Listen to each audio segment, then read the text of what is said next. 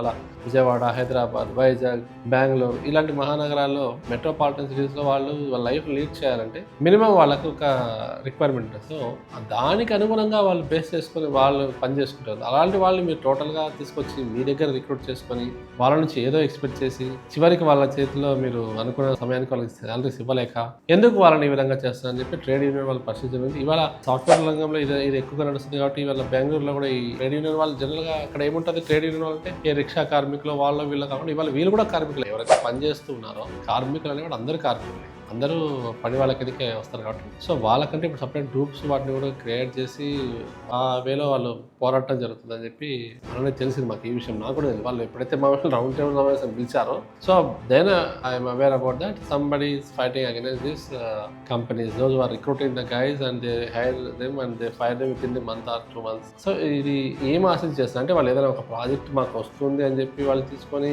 చేస్తున్నారా, లేక ప్రాజెక్ట్ రాకపోవడం వల్ల లేదా ఇటుపక్క వ్యక్తి నుంచి అత్యధిక స్థాయిలో ఎక్స్పెక్ట్ చేస్తున్నారో ఏవో అద్భుతాలు జరుగుతాయని.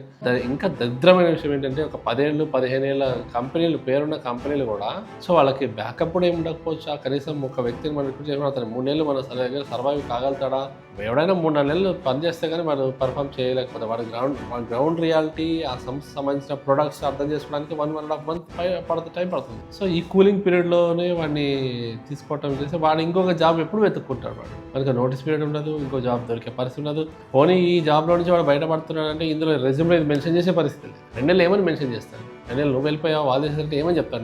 నెక్స్ట్ కంపెనీకి ఇంటర్వ్యూకి అటెండ్ అయితే హెచ్ఆర్కి ఏం వీడు సమాధానం చెప్తాడు, నన్ను వాళ్ళు ఎందుకు తీసేసారని చెప్తాడు, లేక వీడు బయటకు వచ్చాడని చెప్తాడా. 2 ప్రమాదమే, వీడు బయటకు వచ్చిన ప్రమాదమే, వాళ్ళు చేసిన ప్రమాదమే, అది రెజ్యూమ్లో పెట్టుకుని లేడు. సో దీనివల్ల ఏమవుతుందంటే సోకాళ్ళు కొద్ది పేరున్న కంపెనీస్ కానీ నలుగురు నాలుగుతున్న కంపెనీస్ పేర్లు కానీ పాడయ్యే పరిస్థితి, వాళ్ళ ఇమేజ్ దెబ్బతినే పరిస్థితి.